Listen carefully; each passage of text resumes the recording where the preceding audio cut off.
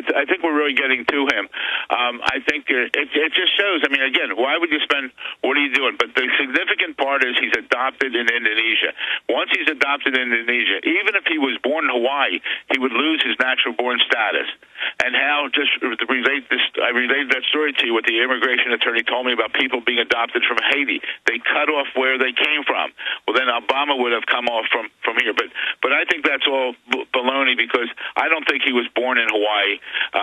When Jerry Corsi went to Kenya to do some... they had him arrested. They put him on house arrest. Right. They wouldn't let him do anything except wait. They wouldn't let him go talk to the village where Obama was born. Right. Right, and we have on our website, we have the step-grandmother, Sarah Obama, in Swahili, and we have the translation stating she was in the hospital when he was born in Mombasa, Kenya. Now, at the end of the tape, there's some kids yelling, no, Hawaii. She stated definitely she was in the hospital when he was born. That's more significant than anything they've produced. They've produced one thing, that document, which is a phony.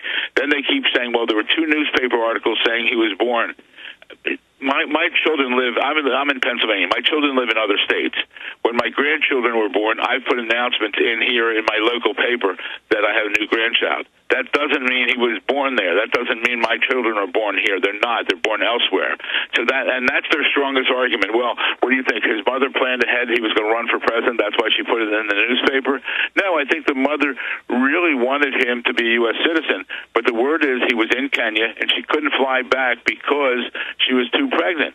Well, that's exactly what a mother would do. She would come back and try to dummy it up. Even if she had no idea he was going to run for president, she'd want him to be a U.S. citizen. Correct. Because especially then, and even now, even though right now I think we're in troubled waters because of the many things Obama is doing, people fight to get to the United States because we have freedoms. I mean, the sad part is, ladies and gentlemen, when listening to this, we take for granted some of these freedoms you have in this country, and you shouldn't. I remember with my children going through a train over in Europe a number of years ago, and we were stopped because we took a train through, at that time, Czechoslovakia, and we didn't have the correct papers for that.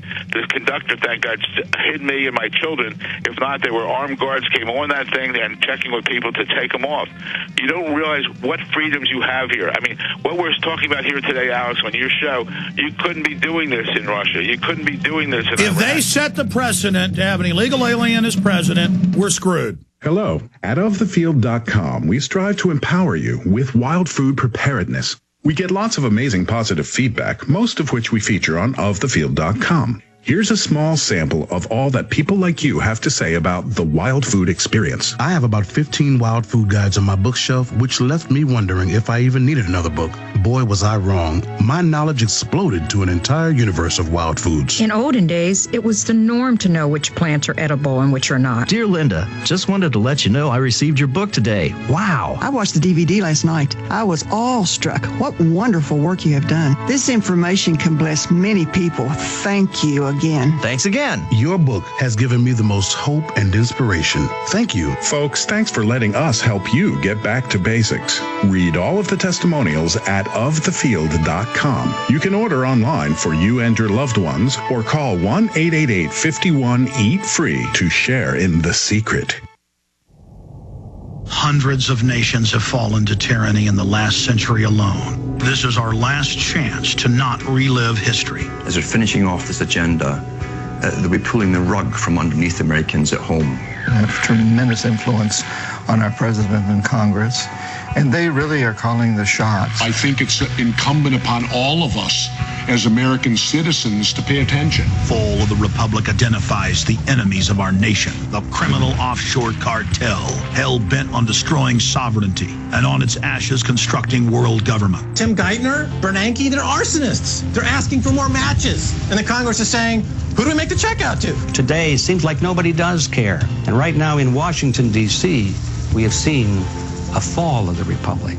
Get your copy of Fall of the Republic on DVD at Infowars.com or watch it online right now in super high quality at prisonplanet.tv. A revolution in smoking is underway. A revolution all smokers of traditional cigarettes should know about.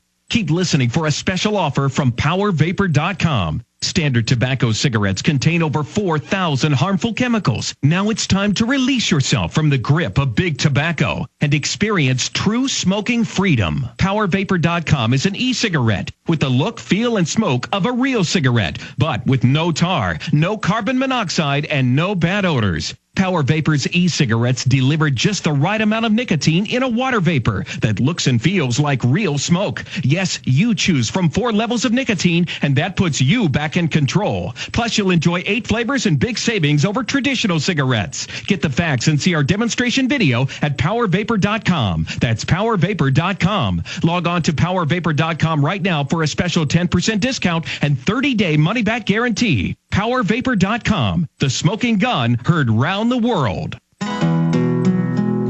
Pienso que un sueño parecido no volverá más. Y me pintaba las manos y la cara de azul. Y de provisa el viento la vida me debo.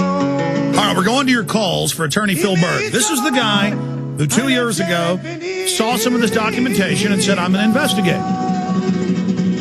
Deputy Attorney General previously in the state, run for governor, member of the NAACP, prominent member, I believe on their board. They're in that state, and they've said every horrible thing in the world about him. He's racist, all this crud. And even Obama being African is a fraud. African as in not Arab. Of course, there are Arab Africans. He's 6% African. 6%. He's 44% Arab, 50% Anglo-Saxon. I don't care what color he is. The point is that's a distraction. It's just like when you say you don't want socialist health care, which it wasn't even that. It was an insurance company scam. Even Howard Dean said that now, and Dennis Kucinich. That's why it's dead in the water. Even when that came out, Chris Matthews and Carlos Watson and others said, this is racism. It's racism. Racism to say I don't want health care. So they're playing the race card, and it's totally blown up in their face. It's not working. I want to go to your phone calls, and we've got Mr. Berg for another 30 minutes in the next hour, so plenty of time for him to get into any other subjects. But support what he's doing because he's got a lot of courage. I talked to him off air. They haven't killed him or set him up because that will just elevate everything he's doing. We'll talk about that before he leaves. But let's talk to Julio in Illinois. Julio, thanks for holding. You're on the air with attorney Phil Berg. Go ahead. Alex Jones, how are you this afternoon? Phil Berg, I commend you for what you're doing. God bless you. I will have you in my prayers, sir. You are unbelievable for what you are doing, exposing the fraud known as Barry Soetoro, sir. Thank you very much. You're very welcome. My question is, first off, I took an African-American studies class 2 years ago, or last year, here in college in Macomb, Illinois, and we saw the biography channel, biography on Barry Soetoro, and they said, growing up, that his nickname was Barry. I do remember that, and I just saw right now on TV for Comcast cable people on demand. You can look that up. They have his biography there. But my question, you're talking about a march in Washington, D.C., on tax day possibly, on April 15th. How does Barry Soetoro go off paying his taxes under the alias Barack Obama, similar to TurboTax, the rat Tim Geithner? How does this sick, disgusting man get away, with his aliases, and you have, Benedict Arnold? Hold on. That's a great point.